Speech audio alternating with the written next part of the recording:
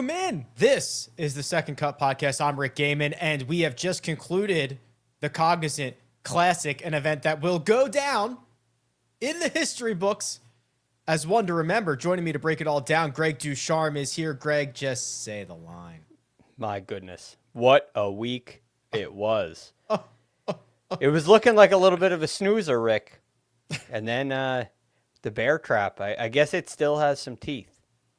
Okay, I love that it comes down to the bear trap, right? You know, there's probably, a dozen, maybe fewer than that, courses that have these stretches that are named. I remember when the North Course at Torrey Pines tried to name their stretch, and they call it the Undertow, and it was okay, I'm not that impressed. The bear trap decided this golf tournament today.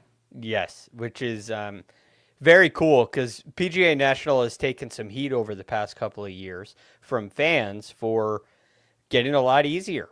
You know, and a big part of the draw was the challenge and the difficulty, and a lot of golf fans, whether you agree with them or not, a lot of golf fans want to see carnage. And the bear trap had it. The PGA National always seemed to have it.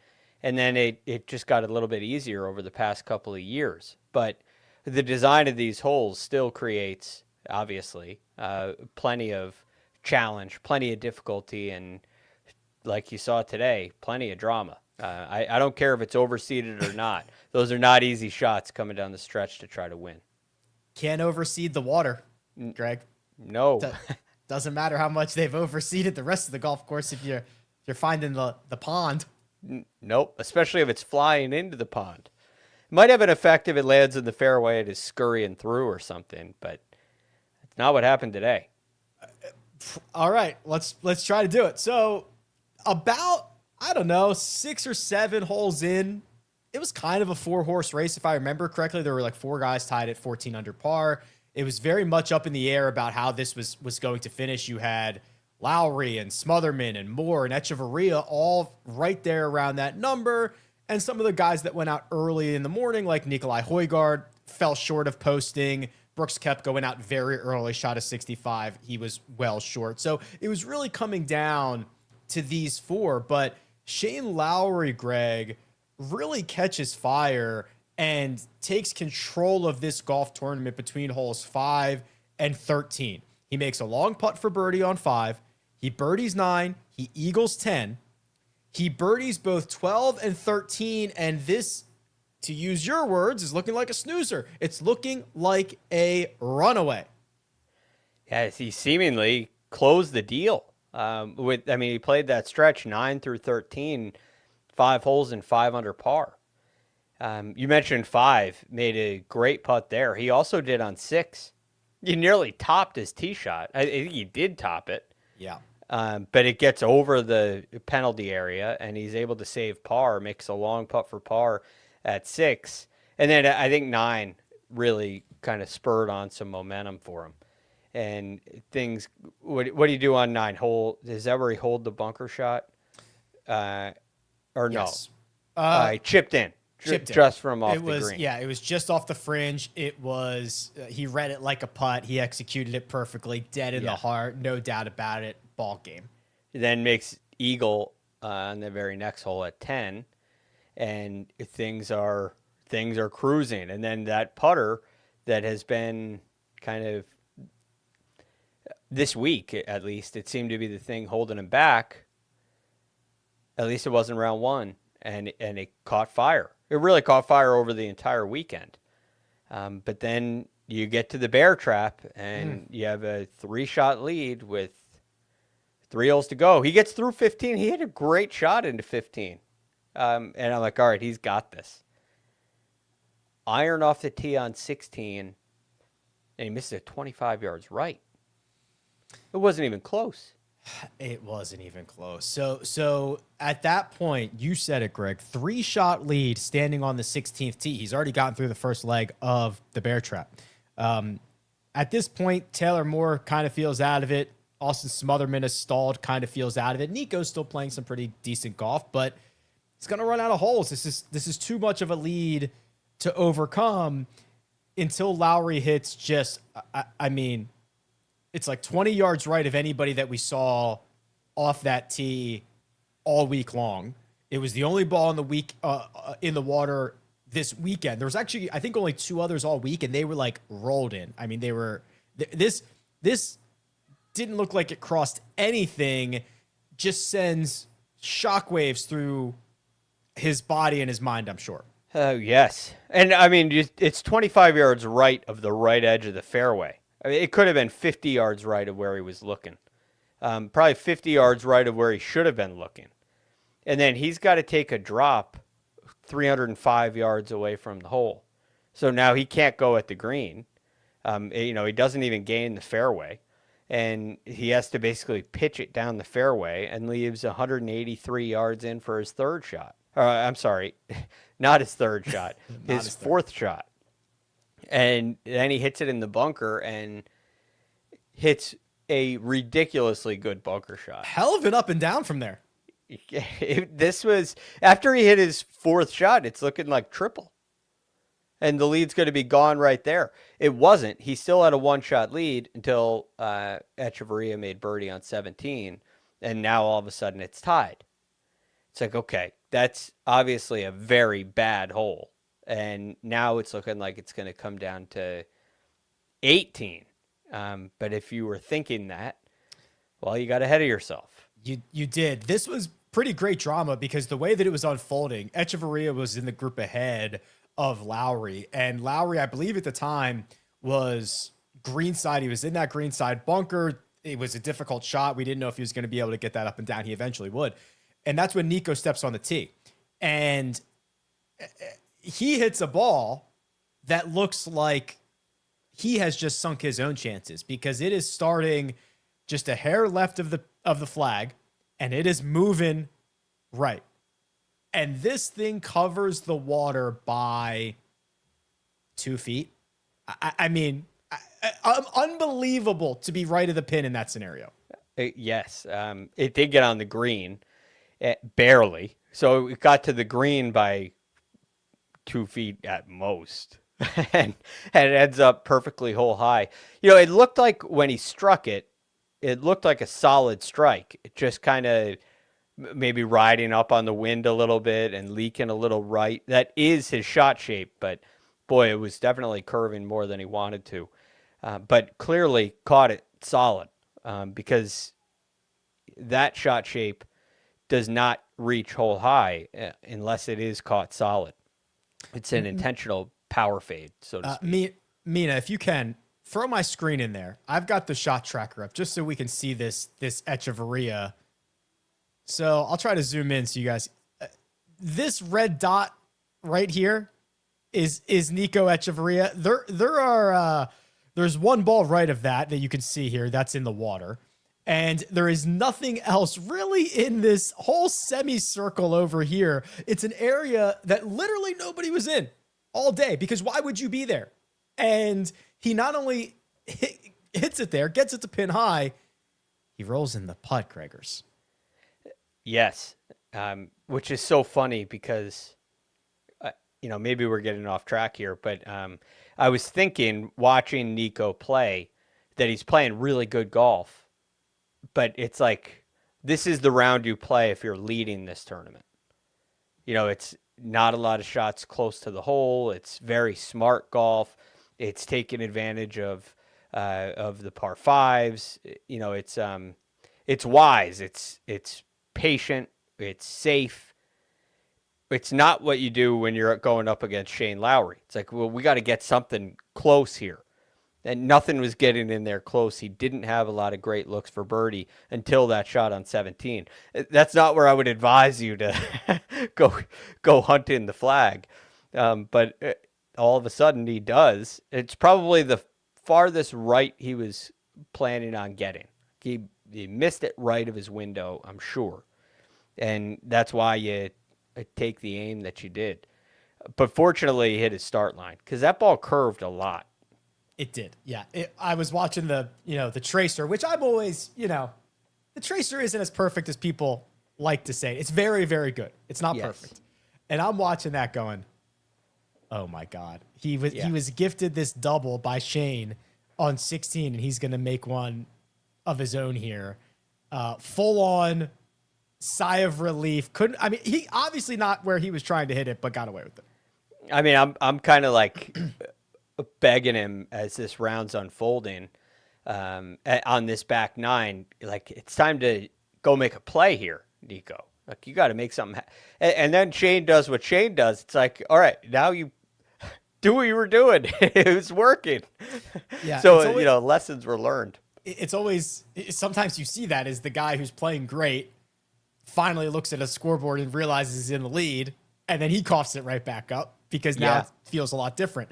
Well, that kind of reminds me of, remember the Masters when Hideki won. Xander was making a run on the back nine. Hideki made a mistake on 15.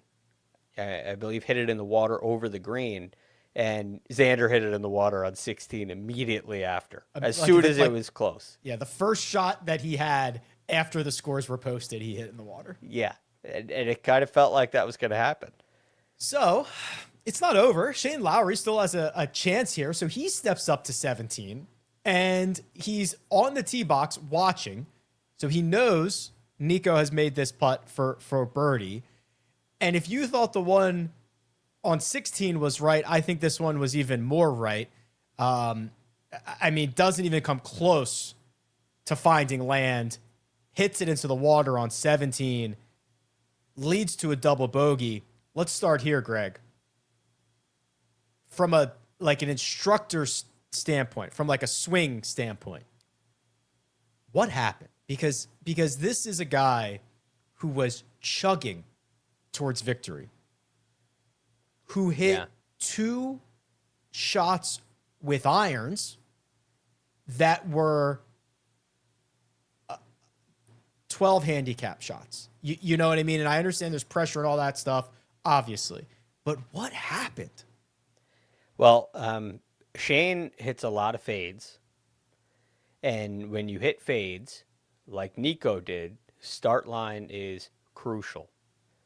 I mean, it is when you hit draws too, but it's start line is crucial. And both of these balls started so far right of where he wanted to, which is underneath. You've ever heard the term covering the golf ball, getting on top of it. The club is well inside on the way down. The face is pointed well to the right, and you have to swing around your body to the left as a right-handed player in order to get that ball started on your line. Because these players at the tour level play with such neutral club faces. That's why it doesn't really curve a whole lot when they hit it. So all of a sudden, because they have such face control, the path becomes very important. And these are underneath swings from a technical standpoint. But ultimately, this comes down to a mental error, right? This is not, I don't believe these shots are in Shane Lowry's swing. I don't know when the last time he would have hit 166 yards that was on the ground. He hit a 70, I think it was a 7-iron that he hit however far wide you think that was. That never shows up in his game.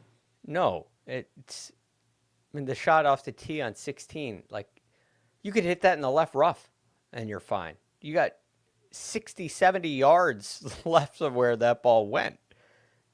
So it really feels like a choke because of the difference in how well he was playing and what happened.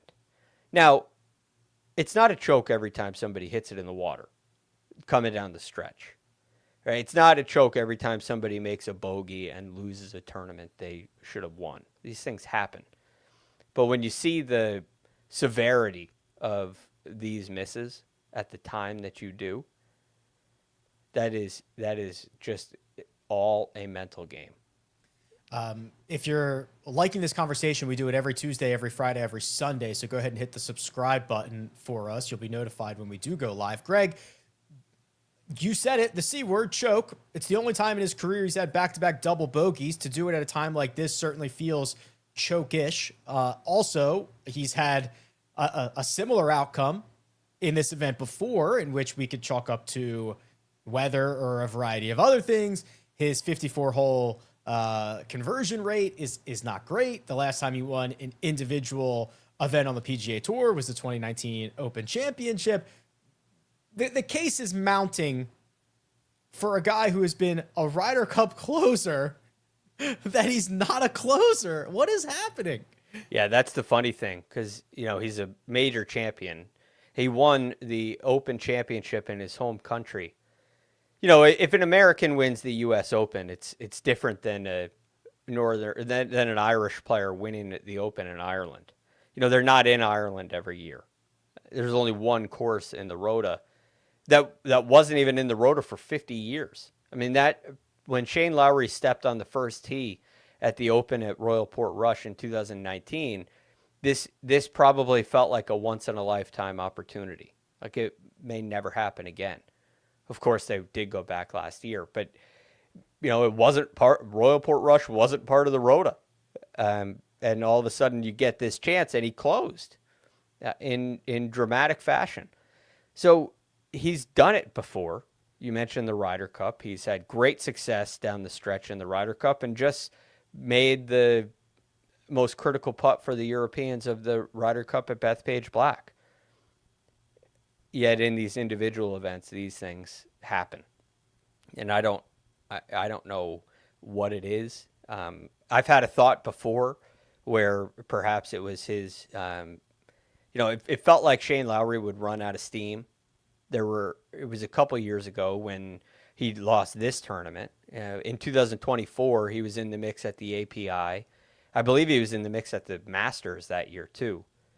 It was somewhere right around that time, if it wasn't exactly 2024. And he would just kind of like run out of steam on Sunday. But it wasn't dramatic like this. Right. And those are different scenarios. I wondered then is because, you also see the Netflix documentary, and it was a striking image to me. You had Rory McIlroy sitting there, drinking a protein shake or eating a salad, and Shane Lowry's got a Coke, and a burger or something. And I'm like, well, maybe is there a chance that there's a fatigue level that sets in on Sundays for Shane, that he expends so much energy early in the week and runs out of steam? I think he looks much more fit than he was now. Maybe he just made it a little farther along this week, and that led the opportunity for, if you're not in the mix, you don't have the opportunity to crash down. So there's a lot of good in this, but boy, this is one he should be the winner here.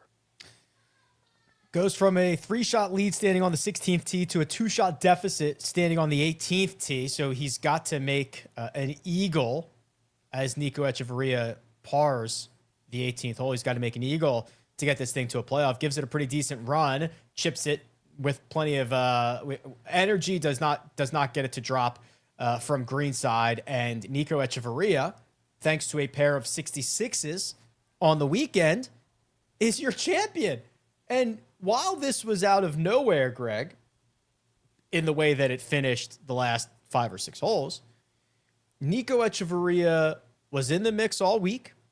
He, on the flip side, has this reputation that he is an absolute closer, because basically every single one of his top 10s he converts into victories. So when he gets in the mix, he has the ability to do this on the PGA Tour. It's really incredible what he does when he feels it. He's so good. You look at the numbers that he put up this week. He's fourth in approach. He leads the field tee to green. He was 16 of 19 in scrambling. Nearly perfect. And had the one bad day on Friday. Other than that, every other day he putted great. So the move to the claw grip for him has been very effective. There was a time when he was looking much more consistent after he won. It was then the Zozo in Japan. He was starting to put together some consistent performances, but now it seems like we're back to seeing, missed cuts or victories, missed cuts or top 10s at the very least.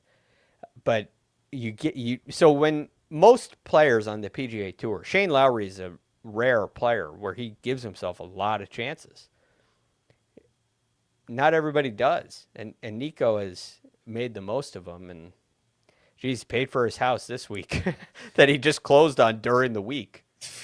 Easy game. Buy a house every single week. The win in Puerto Rico, the win in Zozo, now the win here at the Cognizant. I just quickly looked. He's got 11. He only has 11 top 10s on the PGA Tour. 3 of them are now victories. And you mentioned, Greg, the lead into this. So just his last handful of tournaments, I'll start from the farthest back. T4, missed cut. T8, that was Pebble. Missed cut, that was last week. Win. So there you go. I mean, listen, you either get your weekends off or you get a big payday. I like the way this works. Yeah, if you're going to work banker hours, make the most of it when you have to work a weekend for once. It's incredible what he's been able to do, elevating his status on tour now. It's like he has the same number of wins as Shane Lowry on the PGA Tour. I know Shane has a major championship. I know he has a lot of DP World Tour wins. But it's hard to imagine that Nico Echavarria, who was basically lost his card. He won in Puerto Rico. First one was Puerto Rico. One was Puerto Rico. Back then, that win in Puerto Rico is like he was a one-hit wonder. That's how he kept his card. And then he would have lost his card the next year if it weren't for the 2-year exemption. Then he goes on and wins again in Japan, and now wins here. It's like this is to the moon for him. He's got an interesting golf swing. Yeah, what do you think about his golf swing? Do you think the golf swing, because it is interesting, leads to some of his inconsistencies? Or what do you think? I just don't think that he has a ton of distance, right? He hits a kind of a power fade, but it doesn't have the power of the other. I mean, it's very powerful. It's just a fade. Right? It's just, but it's like he curves the ball one way. It's very clear. Every shot he hits is a fade.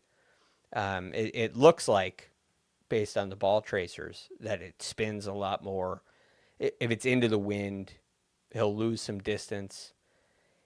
Look at what he did on number 4 today. I think this is more to do with his inconsistencies than the uniqueness of his swing. On number 4, he hit driver, and he hit it 295. Okay, Brooks Koepka.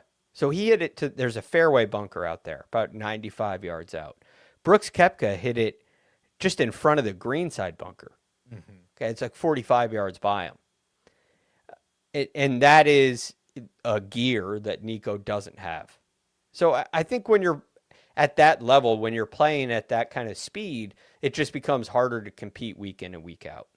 You have to be really good everywhere else in order to go contend. And that's challenging. So when his irons are dialed in and he's hitting his numbers and he's making some putts, he plays great. But it's hard to replicate that week in and week out. He did hit one 360 yards, but it was at least 2 or 3 bounces off the cart path. Yeah. Very well aided on that one. Yeah, it's almost like a video game. He got a bonus for his steady play, and he landed on a supercharger, rocketed it forward. Mario Golf at the very least. Yeah. This is interesting. I think Nico in our circles, in like the DFS and like the longer shots, he definitely is a fan favorite because he does close. So it'll be interesting to see how, sport. I mean, obviously, I guess we're going to see in the next couple of weeks, like what this looks like the rest of the year. Somebody in the chat said, Frank said, "Hey, will this secure him a President's Cup spot?" Well, I would have said that when Nick Taylor won a couple of years ago, he absolutely locked up a spot. That didn't happen. But yeah, like I absolutely think Nico's going to be on the President's Cup team. So I don't know. Like, what do we expect the rest of the way here? Yeah, I mean, look, there's definitely going to be a lot of confidence. I don't think it's a floodgate scenario. I think this is the challenging thing. Like, all of a sudden you get into these signature events, which he played in the first 2. I don't think he was in all of them for the year. Or did he finish top 50 last year? Nico? Yeah. He finished no, I don't think he did because no, because he's like in the swing 10 for next week. So he couldn't possibly. Right. I'll find out. Right. He was well, he finished the fall in 55th. So he's playing, yeah. So he was in the fall. So he got into Genesis and AT&T through that would have been Aon next 10. But now all of a sudden you win. You're in all the signature events. So you got to go play Bay Hill next week. That's a totally different test. It's a much tougher golf course, a very strong field. So those kind of venues and those kind of events get much more challenging. And I think that can, in a way, prevent some of the floodgates. The Masters is going to be a tough one for him. It's not that he can't compete, but I don't think this is like a Chris Gotterup uprising. There's he's going to have to pick and choose, and in those signature events, like you get out there at Harbor Town, get out there at Travelers, those are the spots where you got to take advantage because there isn't such a distance requirement. It took me forever to find, but he finished 62nd in the FedEx Cup standings last year. So, yeah, close, but no cigar.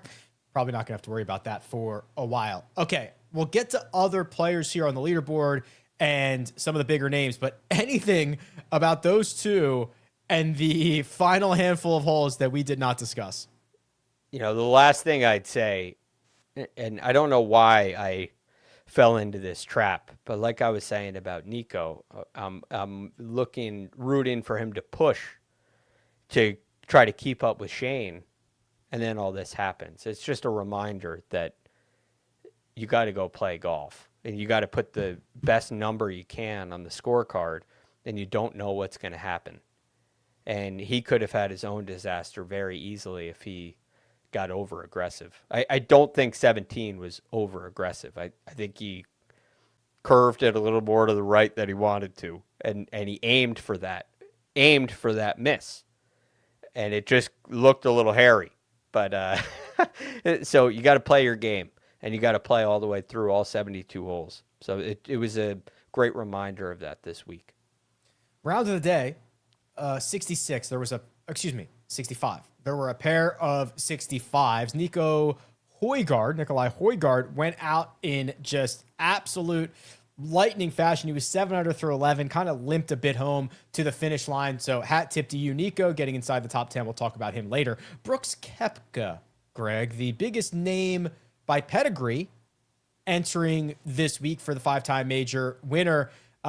Started off slow, 74 on Thursday, but 3 rounds in the 60s, including a 66 on Friday and co-round of the day today. What are you seeing now 12 rounds into the return of Brooks Koepka that has you either optimistic or pessimistic? Well, I think that Brooks is hitting the ball really quite nicely. And that area of his game looks to be at least suitable on the PGA Tour. It's definitely a tee to green game that can play in major championships. There's still some tightening up to do for him, but from a tee to green perspective, he looks pretty good. Definitely no glaring issues. Maybe just some sharpening. It could improve a little bit, but all in all, pretty good. The thing I'm most encouraged about is what happened on the greens this week. He lost 2 shots putting in round 1. He sticks with the mallet putter. He really struggled with the mallet putter in it was Phoenix when he used it for the first time. He putted terribly, and he sticks with it. And then all of a sudden, you see 3 rounds where today's round is 65. He lost 0.2 strokes putting, and probably was gaining until the 18th hole. He 3-putted on 18, missed a 4-footer. Those over the weekend kind of went away. You saw him make putts he should make. He had 8-footers for birdie, and he made them. He 2-putted from range. His speed control looked much better, with the exception of the 72nd hole, which was disappointing. So I'm very encouraged with that. I think that we've seen the move to mallet from a lot of players on the PGA Tour. It's clearly helped. It's clearly worked, and I was glad to see Brooks stick with it. I think going forward that could be very advantageous for him.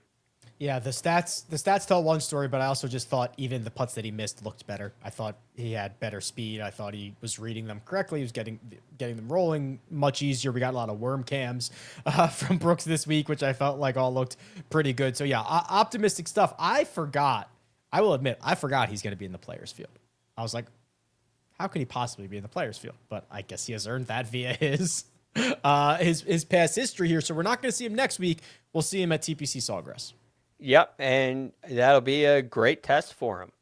You get to play with all the big names that he probably wanted to play with when he came back to the PGA Tour. You miss out on Bay Hill, but this round has got to give him a lot of confidence that he can still compete out here. And I'm encouraged for Brooks the rest of the way. I think for a long time he had this mindset and attitude that he only cared about major championships. And I think that is going to spread into these PGA Tour events now that he's left and come back. Like he can't really afford that attitude anymore unless he goes and wins a major. But he's really got to go play hard in these events. And I think you're going to see a quick improvement with him realizing that you better bring your game out here, no matter what the field strength says. These guys are good.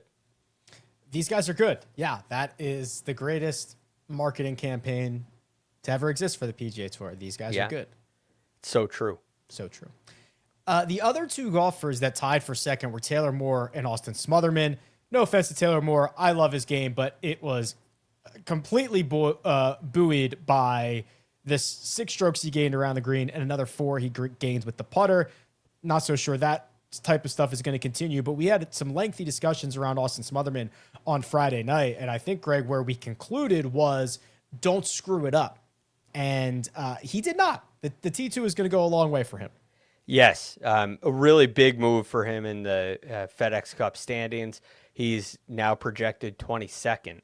And even if you look at where he was heading into 18, he was projected 34th. So that birdie on 18 moved him up 12 spots in the FedEx Cup standings.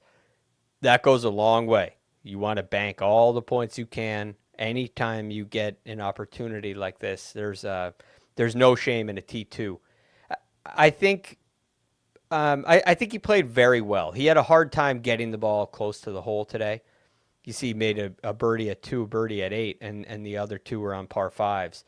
Had a hard time getting it close, hard time giving himself looks. The other par 5 at number 3 drove it into a bunker and ended up with 193 into the green for his 3rd shot. So he kind of, missed an opportunity there. All in all, really strong play, and he should be leaving the Palm Beaches with quite a bit of confidence. I want to talk about a handful of other golfers, but we'll do it in the context of the grid, which Armina is going to show right now, which is our recap of the picks that we made on Tuesday during the mega preview pod. It was a good week for Mark, almost an excellent week for Mark. We'll get to that in just 1 second. 2 for 3 in the matchups. Berger over Michael Thorbjornsen, and Greg, you had Johnny Kiefer over Rico Hoey, and you had that handicapped pretty well because you discussed the struggles of Rico Hoey. It was a 78-72. He missed the cut by a country mile. He abruptly shot a 78. Yep. There was one point early Thursday morning, he was like tied for the lead. It was early on. I think he was 2 under through 2. 2 under through 2, right? He's charging up there. I'm like, oh boy. And then I think he made a quad. He went double on 13, quad on 14. Yep. So I was calling some featured groups on the radio, and I'm looking at the leaderboard, and you didn't have to scroll too far to get to the bottom because it was early on. But Rico Hoey was 2 under and he was at that point tied for the lead. And then all of a sudden he was in last. He went from first to last in like 2 holes in the very early goings. 2 for 3 on matchups, 2 for 3 on finishing positions. Mark had Eric Cole, who finished T37, had him in top 40, so that works. I had Austin Smotherman top 40. No sweat at all there. I could have done my victory lap on Friday afternoon. Yeah, maybe Thursday afternoon. 62, and then 3 straight 69s to close it out for Austin Smotherman. Yeah, you had a lot of breathing room with him. The only thing you're probably wishing you did some kind of ladder with him. That's exactly right, because I would have done, right, I'm sure I would have done top 5. What did I do with Jake Knapp the other week? Top 5, top 10, top 20. Yeah. Oh, well, hey, not gonna scoff at the plus 140. Now, our outrights were interesting because Mark had Shane Lowry, which obviously stinks, and we're going to get to why it stinks even more in a few minutes, so we'll save that. But all 3 of us had Nicolai Højgaard, which was the kiss of death for most of the, before the cut. But he went 66, 65 on the weekend. He might have had the best, what is that, 131? I'd have to look, but that might be the best score of the weekend. He charges up the board. T6 doesn't pay anything, but nice to see him play well. Yeah, very nice. And, he did it in the way that he's been doing it. I was really kind of surprised and disappointed after round 1. He lost 3 strokes on the greens, and he was in that early wave. The way he hit the ball, he could have been right up there with, I guess it was Smotherman and Echavarria. He could have really made a big push to join those guys, but just couldn't get anything to fall. So he was a stripe show all week. It happened again. He was second in proximity to the hole in this round today. Missed a couple shorties still, even though he made a couple bombs as well. So I think it all kind of balanced out for him. But one bad putting day in round 1 really cost him a chance this week. Ryan Gerard was not only the most popular one-and-done selection, but he was also the pre-tournament favorite. He was also my pick to win, and he finished T23, which I feel like when I look back in a year, I'm going to be like, oh, yeah, top 25. I can assure you it didn't feel like that because he probably got into the top 25 the very last moment of his golf tournament, and he was never remotely in the mix. No, well, it started off with a really tough round. He kept hitting it into the muck on Thursday. Literally. Right. Yeah, literally it looked like he had cowboy boots on, but it was just stains from the mud. Yep, so he went shoes off. That was a disappointing opening round. And then he battled back to make the cut, played some pretty good golf, couple mistakes. Back-to-back 6s on the card in round 3 early on, which hurts. So there was a lot of good golf from him, but not his best week. Yeah, not his best week at all, but T23. It's a good result on the PGA Tour, even if you are the favorite. Well, it's a good bad round. It's a good bad tournament. Correct. If that's your bad tournament, you're doing just fine. So still pretty optimistic about the way he sets up moving forward. Okay. The one and done. So we've got a lot to dissect here. Mina, do we have the final numbers on these? Let's find out. Okay. We do. Wow. All right. So Greg, you called that Nicolai Højgaard would get you 6 figures. He did plenty of that. $324,000. You've more than doubled your total for the season. Next week, I'm asking for 7 figures minimum. Okay. All right. Mina went with Rasmus, the other Højgaard, got $250,000. Feels pretty good. Yeah. For a while, wasn't looking great. I was asking myself if I should have gone with Rasmus on Thursday.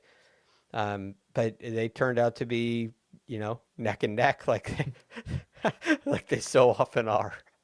Only $77,000 for the Gerard backers, and Marky Mark also had Shane Lowry, which we discussed on Friday. Was under investigation because Mark made a pick on Tuesday that was Johnny Kiefer. And then he texted the group on Wednesday and said he would like to change his pick. We let him. We're nice. He did it before the tournament started. He did it after the show was aired. Can argue about that. I, of course, think it's fraudulent behavior. And some would say, Greg, ball don't lie. This is karma. A three-way tie for second for Mr. Immelman, who refused to stake and stay loyal to Johnny Kiefer. Yeah, it's very questionable because the late switch never pays off. Yeah. You know, if I've ever done a late switch, now I'm not even talking about after the show. I've never done that. But even you have self-respect and morals. Yes, dignity is the word I would use. Oh, sorry, Mark. But the real kicker is when I make a switch in my mind, Tuesday, like I'm gonna go Lowry. You know, it's Højgaard, and I make that switch. It's always wrong, every time. Mark makes a switch after the show, and it's worth $854,000. Yeah, it's actually worth. Yeah, I know it's unfair. It's actually worth $726. I see the comment in the chat, and that is correct. The three-way tie for second. So we will get that. Smotherman probably moved that. Yeah, so we will get that adjusted. $726, but still, that's $726,000 more than Johnny Kiefer got. Yep, and it's a really nice payday. So I think ultimately you get $700,000 out of Shane Lowry for the year. You're pretty happy with that. I think so. He was the right pick this week. He was. Now, I'm sure we have the totals, but this might also include the $854 for Lowry that we will have to get. So $125,000 less. Okay. So, oh, wow. Then it's really close. So hold on. Now I got to pull out a calculator. 2767682 minus about 125,000. Okay. So Mark is roughly at 2.6 million. He has a small lead over me at 2.5. I've got 1.8. Greg, you are still in last, but you must be feeling pretty good. $652,000.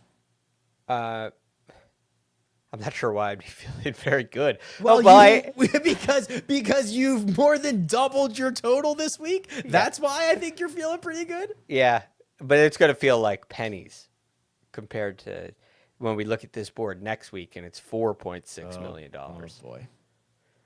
That's all. That's what it comes down to. We all know it. I have to hit at API, and then I can back it up at the players, and all of a sudden things look very different. All of a sudden you're at 9.1 million.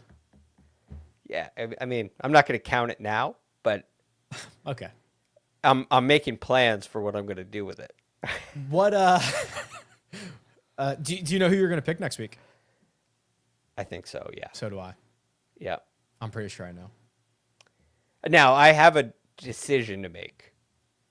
And it really comes down to I have a plan for Scotty. And the question is, will I have the discipline to hold on that? Which is, your plan for Scotty's what? BMW? Yeah. Oh, that's a long way away. I know. He's playing great. Way away. I saw Kyle Porter tweeted something. He does that. Yeah, he does a lot. This was about Scotty, and he's actually better this year than he's been any other year so far. It's like very scary. And I have a funny feeling that everything's going to change at the API. So that brings the question, do I go all in with him next week? Do I go all in with him at the players? Or do I wait for the BMW? And I guess the Memorial would be the other option. Those would be the ones I'd consider using him in. And I feel like I should go with him at the BMW. So right now, I'm not going to play him next week. But you have someone else in mind for next week. Yeah. Okay. Who I'm also very confident in. Oh, wow. Okay, then we definitely don't have the same guy. Because I'm not that confident. Okay. But I know who I'm going to pick. I know you're not picking Scotty. I know that. Can't do that. Definitely can't do that. Oh, don't you wish you could? I lose sleep thinking You about should. how I wasted Scotty Scheffler. Again. God. Again. This damn guy. He's made up $100 million in his career. I've gotten about 400,000 of it. It's true. It's painful. What could have been? Do you want to guess? So we have in our one and done 5,556 people. Do you want to guess how many had Nico Echavarria? 4. More than that. 45. Wow. But that's still less than 1%. Yeah, I guess 5,000 people's a lot, but what?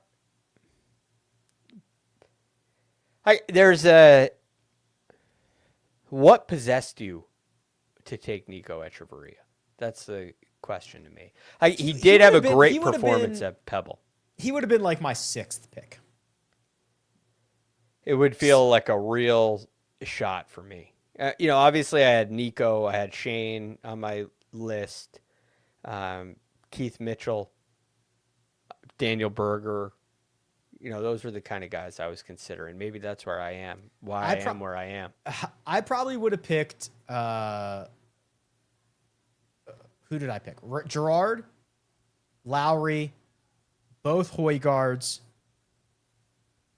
and then maybe Nico. Maybe 5th or 6th he probably would have been if I got down that far. Yeah. He did play very well at Pebble Beach. And the tournament was, what I thought on Tuesday was completely wide open. Yeah. And it's not a lot of money. And you might as well go get somebody that can win a golf tournament. Like,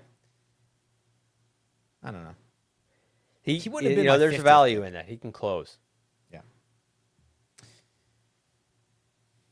What else? Mina, can you pop up the leaderboard real quick one more time? Just in case any names that we need to chat about or anything else. There was an Albatross today. There was an Albatross, yes, very early on number 3. Max McGreevy, my boy. Way down the leaderboard. Would you ever call it a double eagle? No, it's an Albatross to me. I hate when people say double. There's one thing about double eagle. At Augusta National, you know how they give you crystal? Yeah. If you make an Albatross, there's crystal with 2 eagles on it. I'm not going to say anything because I don't want to get banned for life, but it's not a double eagle. An eagle is 2 under. Yeah. If you double that, that's 4 under. Yes. An Albatross is 3 under. It can't possibly be a double eagle. I agree. I'm just saying the only precedent I could think of would be the crystal at Augusta National. The only precedent you get the for regular calling it a double eagle. So you get so you get a crystal if you make an eagle at the Masters. If you make an Albatross, you get one that has 2 eagles on it. Yes. Got it. So, I mean, could we come up with a better name than Albatross? Albatross is the bird with, I believe, the biggest wingspan. Yeah. Do you actually know there is a name for a hole-in-one on a par 5? Do you know what that is? Double eagle. Well, it should be. No, what is it? It's a condor. A condor, okay. Which makes sense. We're just getting bigger and bigger birds. Yes.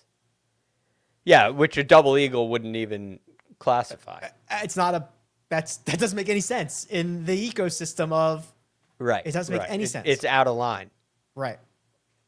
So it never has a place. Right. What's actually more interesting is what's with all the aviary references? Why are they birds? There's a story behind it. What is this? I think the story is there were a couple of guys playing, and someone said that's a bird of a shot. Oh. For like a single good shot. And eventually the score became 300 years later, we're still calling it. I mean, we got on broadcast birdie flashing up on the screen when somebody goes under par. Yeah, I believe the saying was that's a bird of a shot.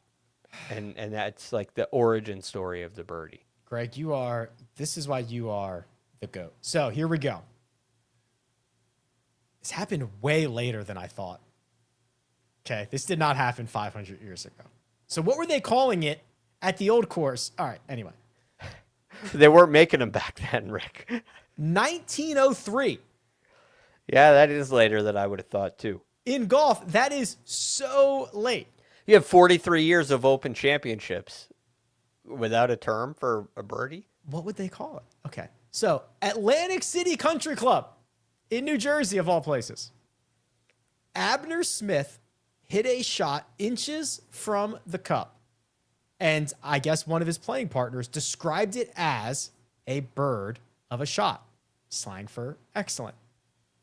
And Right, because it flies through the air like a bird, I would imagine. so then Smith proposed double money for the 1 under par score, and the term soon became standard golf terminology. You know, what a sandbagger this guy is. He makes a birdie and then says, hey, that should be double. That should be double money. You should pay me more for that. What a donkey, that guy. Hey, it's true.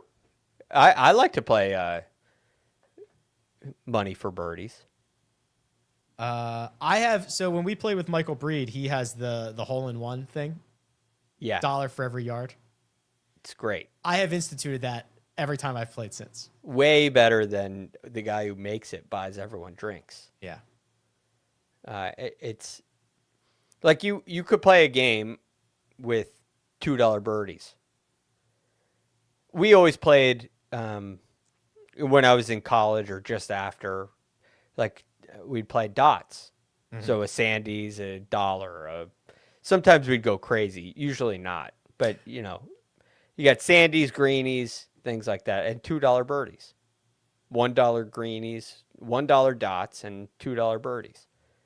But a hole-in-one, I got to break the bank here. Yeah, it doesn't make any sense. I made my hole-in-one before in a high school tournament, so no one was of drinking age. Yep, had to buy everyone a Diet Coke. Yeah, at least it'd be cheaper that way. Yeah, there was none of that, fortunately. Mina, do we have that? Sorry, I think I ruined that. Is there anything else, Greg, that we need to talk about before we get out of here? Just a great week. You know, I just think that, and I hope that we get some good numbers from a ratings perspective for this tournament. Yeah. Sure. Because even though you don't have the best field, you still have great golf tournaments. And I think my hope is that the PGA Tour looks at a week like this and says, "Hey, we can't cut half of these events." I like that you're out here rooting for ratings now at this. Yeah, well, I think it's more important now than it's ever been. Well, for events like this, it probably is. Yeah. Next week's API. Actually, I saw this. I'm on the call for PGA Tour Live. Mark Immelman is on the call for PGA Tour Live. I think we're staying at the same hotel. I'm going to try to wrangle him into a live pod scenario. I think that would be fantastic. You know, you and I have done it. Yep. He's slippery though, so I'm going to try to wrangle him. Yeah, don't lock promote him in a room. Don't promote it, but it'd be great if you could do it. Well, I mean, all it took was like a conference room last time. Yeah, exactly. It's fantastic. Yeah. All right, I'm on it. At the API. We'll be back Tuesday. Mega preview pod. Arnold Palmer Invitational. Big thanks to producer Mina. She does all the hard work behind the scenes. Greg DuCharme is available at The Real GFD. I'm at Rick Run Good. This has been The Second Cut. We'll see you on Tuesday.